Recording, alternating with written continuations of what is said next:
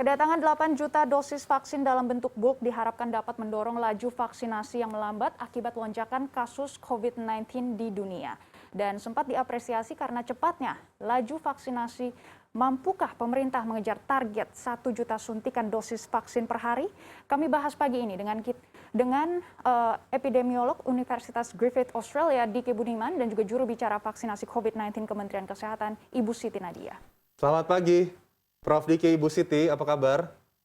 Selamat pagi. Selamat siang. Oke, Alhamdulillah, Mas Aldi dan Mbak Megi, Dr. Nadia. Oke, saya ke Ibu Siti terlebih dahulu. Ibu Siti, ini kedatangan 8 juta dosis vaksin COVID-19 dalam bentuk bulk dari Sinovac tentunya menjadi salah satu angin segar ya untuk mempercepat laju vaksinasi di Indonesia. Secara keseluruhan, gambaran data yang sudah diterima saat ini terkait dengan vaksinasi terhadap masyarakat Indonesia, total sudah berapa, Bu Siti? Ya, pertama kalau jumlah vaksin yang kita terima ya baik dalam bentuk jadi maupun dalam bentuk bulk itu 74.910 atau kurang lebih 75 juta ya. Nah, ditambah dengan hari ini 8 juta berarti ada sekitar 83 juta dosis baik dalam bentuk bulk maupun dalam bentuk jadi yang sudah kita terima. Nah, untuk proses vaksinasi sendiri kita tahu sudah kurang lebih 24,8 juta orang sudah mendapatkan vaksinasi sampai saat ini, baik yang dosis pertama maupun dosis 2. Jadi artinya dari penggunaan 75 juta yang sudah kita miliki itu 30%-nya atau 25 jutanya itu sudah kita gunakan dan sebagian masih kita distribusikan.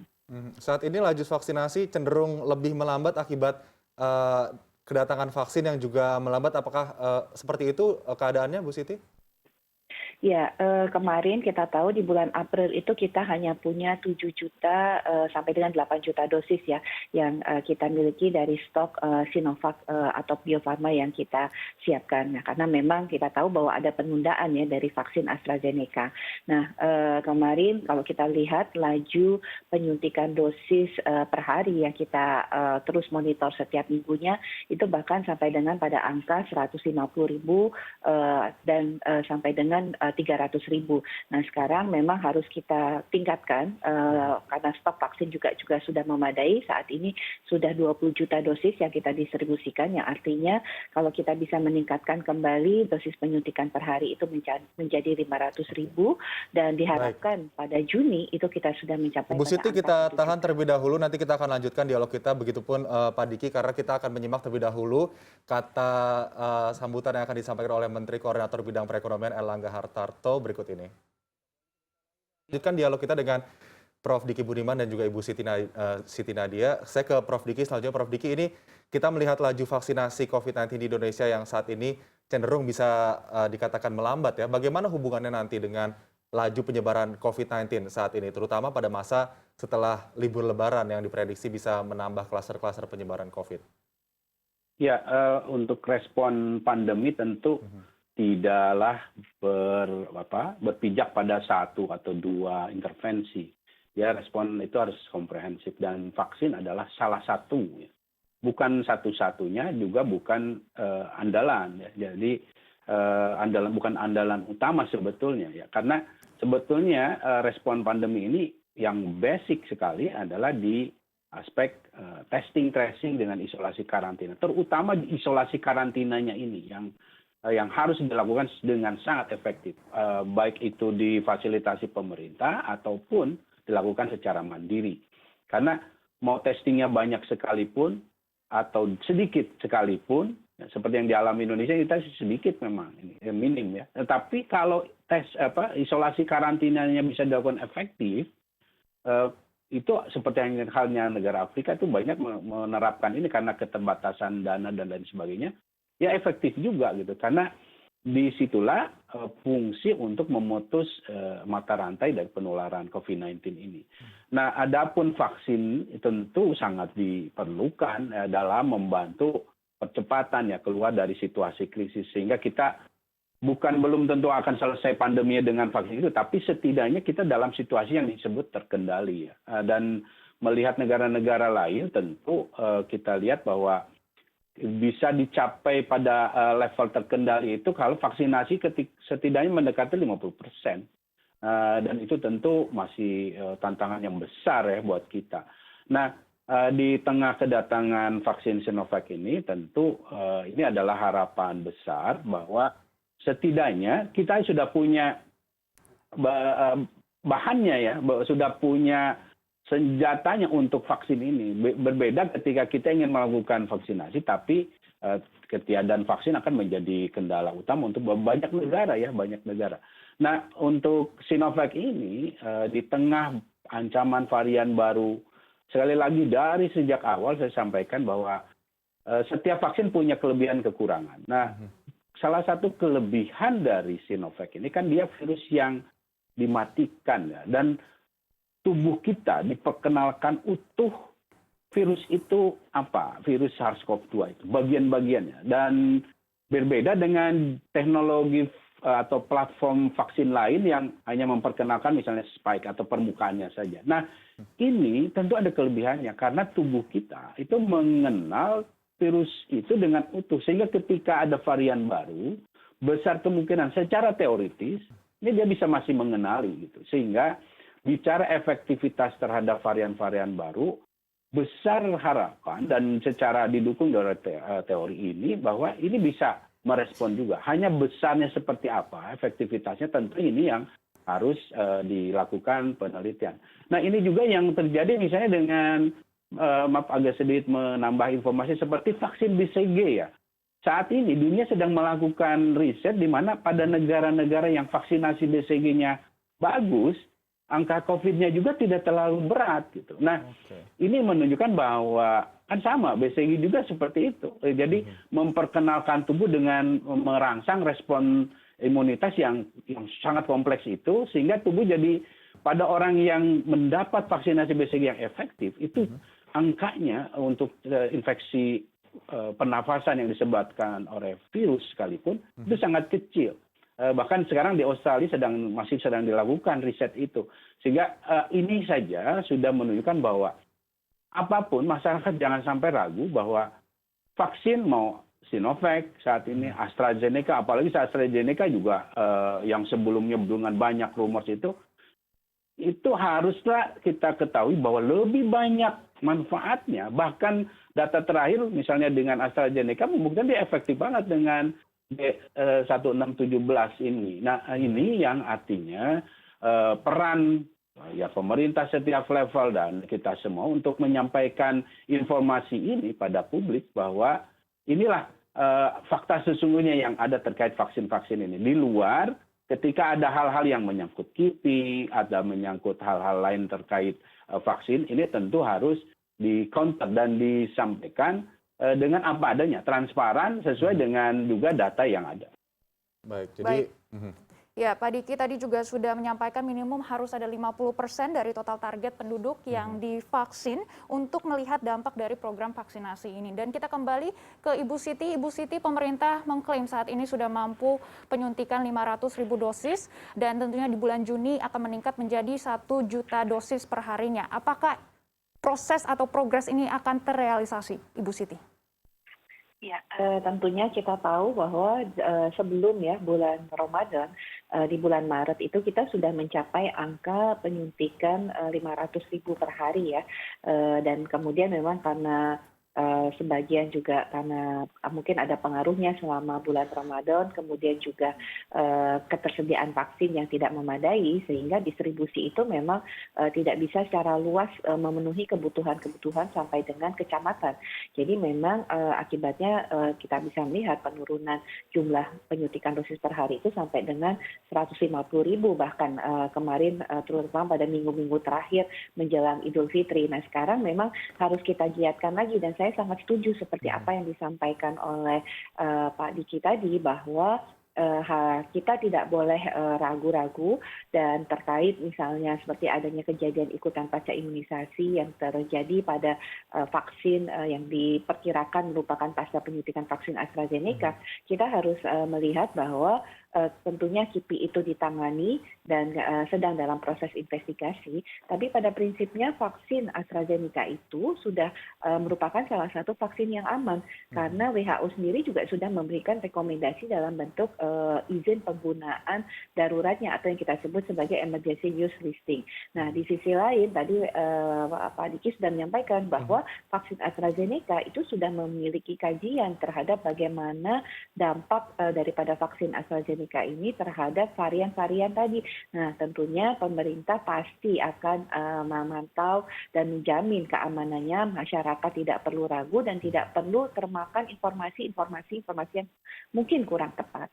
Oke, Bu Siti, ini kan tapi pada saat ini masyarakat juga disuguhkan dengan beragam informasi tentang tadi varian baru virus corona atau COVID-19 yang sudah menyebar di beberapa daerah yang masuk ke Indonesia. Nah, bagaimana kemudian nantinya vaksinasi yang dilakukan, vaksin-vaksin yang sudah kita terima ini, apakah juga tetap bisa menangkal varian baru COVID-19 ini? Ya, betul. Kalau sampai sekarang pertama rekomendasi WHO adalah percepat vaksinasi.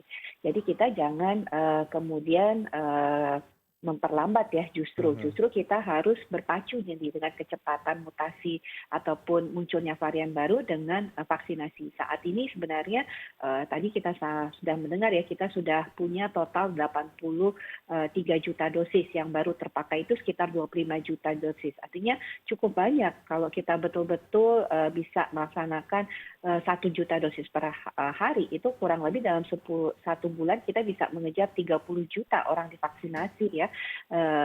Atau setidaknya 30 juta dosis, yang artinya kalau itu sekitar 15 juta, sekarang 15 juta berarti 30 juta orang bisa kita kejar dalam 1 bulan ke depan ini untuk divaksinasi. Dan makin cepat, makin banyak, tentunya kita juga makin bisa melawan varian atau mutasi virus tersebut. Jadi itu yang memang harus kita lakukan. Yang kedua adalah dari berbagai studi yang dilakukan oleh banyak negara, bahwa walaupun memang ada pengaruh terhadap efikasi dari vaksin, tapi sampai sekarang vaksin-vaksin yang ada seperti Pfizer, AstraZeneca itu juga sudah terbukti bahwa mereka mampu untuk melawan atau masih sangat efektif untuk melawan virus dari varian baru dari COVID-19 ini.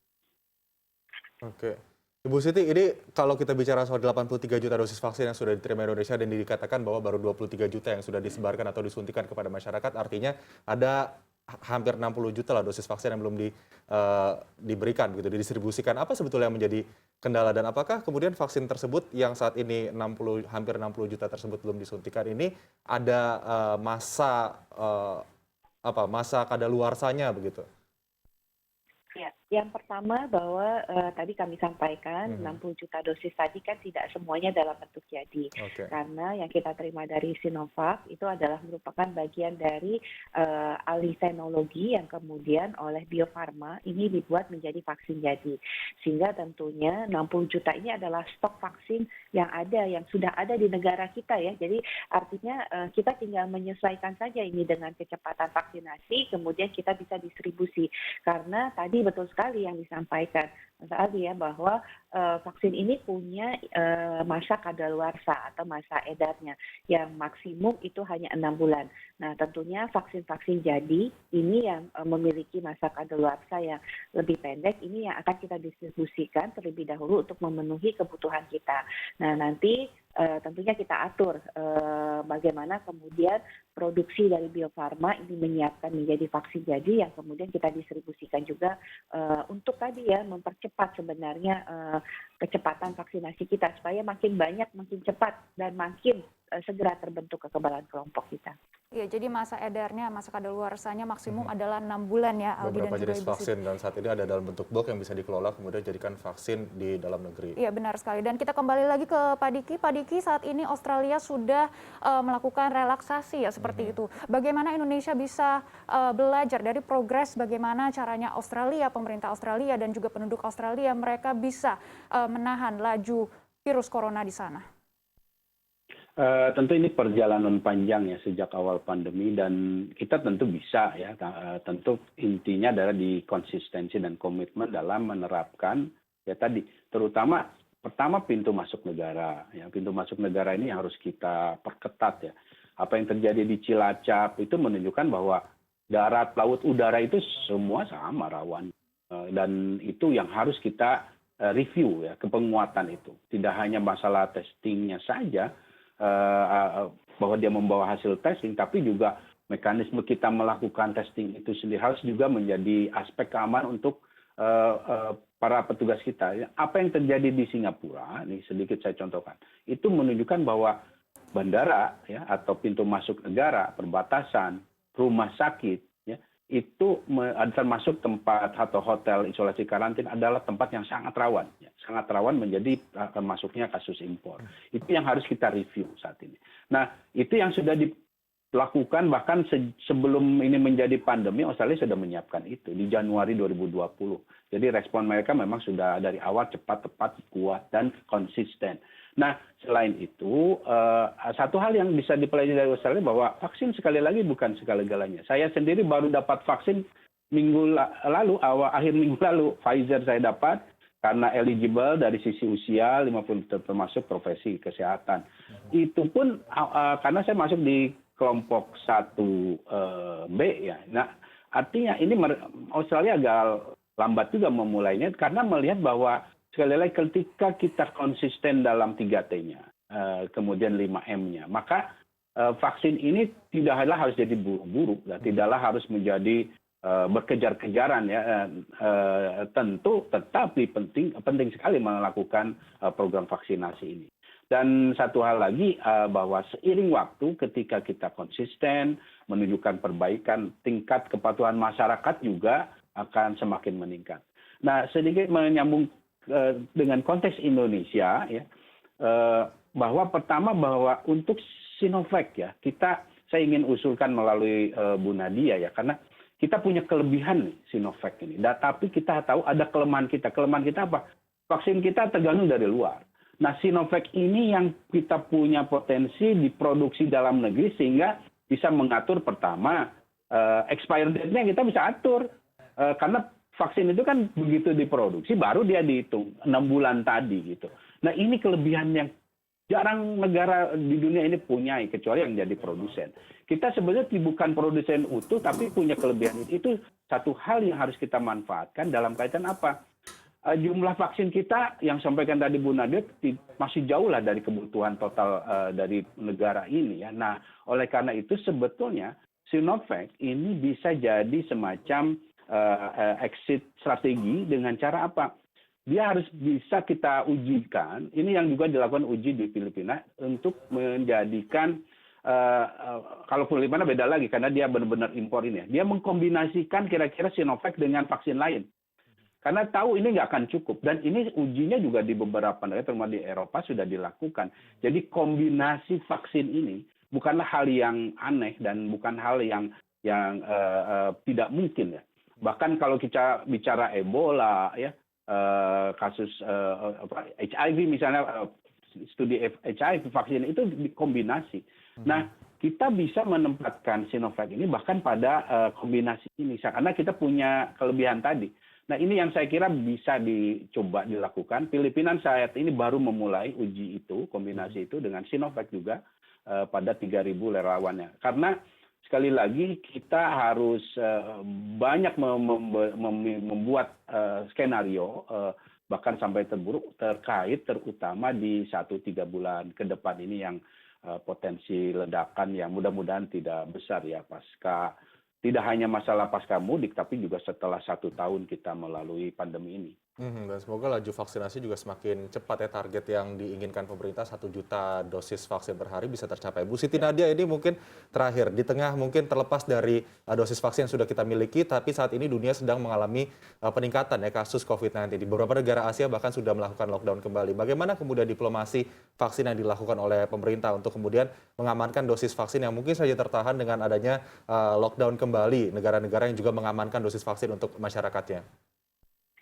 Ya, artinya diplomasi ini terus-menerus ya kita lakukan ya. Kemarin kita tahu bahwa pada saat ada penundaan dari COVAX Facility yang diperkirakan baru akan dikirim bulan Mei, tapi alhamdulillah ya berkat tentunya dukungan dari Ibu Menteri Luar Negeri, bahkan Pak Menteri Kesehatan juga menulis surat secara resmi kepada Dirjen WHO, kita mendapatkan terakhir itu 3,8 juta plus 1,1 juta ya. Jadi kurang lebih sudah 4,9 juta yang kita terima kemarin di akhir April dan bahkan di awal Mei. Jadi ini sebenarnya sudah merupakan salah satu upaya. Tapi tentunya yang paling penting adalah kita memonitor terus-menerus ya dan memastikan jadwal kedatangannya. Jadi kita tidak hanya kemudian menunggu saja berita itu seperti apa nanti karena mungkin ada terjadi perubahan kebijakan, tetapi kita terus-menerus bahkan sebelum waktu pengiriman itu sudah ditanyakan dan dipastikan kembali mengenai jadwalnya sehingga kita bisa segera mengantisipasi. Ini yang pertama. Yang kedua tentunya tadi kita segera juga memperbanyak stok vaksin di dalam negeri ya supaya kalau nanti ada terjadi kebijakan penundaan, kita sudah setidaknya memiliki stok vaksin tersebut. Yang lain adalah kita menjajaki, mempersiapkan plan B kalau kemudian terjadi lockdown di negara lain, kita kan masih punya pilihan. Tadi Pak Diki sudah sampaikan, kita punya vaksin dari negara Cina, kita punya vaksin yang produksi Amerika, kita punya vaksin dari Inggris, kita punya vaksin dari negara Eropa. Dan saya rasa ini bisa sangat merupakan salah satu peluang ya kalau nanti ada sebagian terjadi lockdown, kita masih memiliki sumber-sumber vaksin dari negara lain.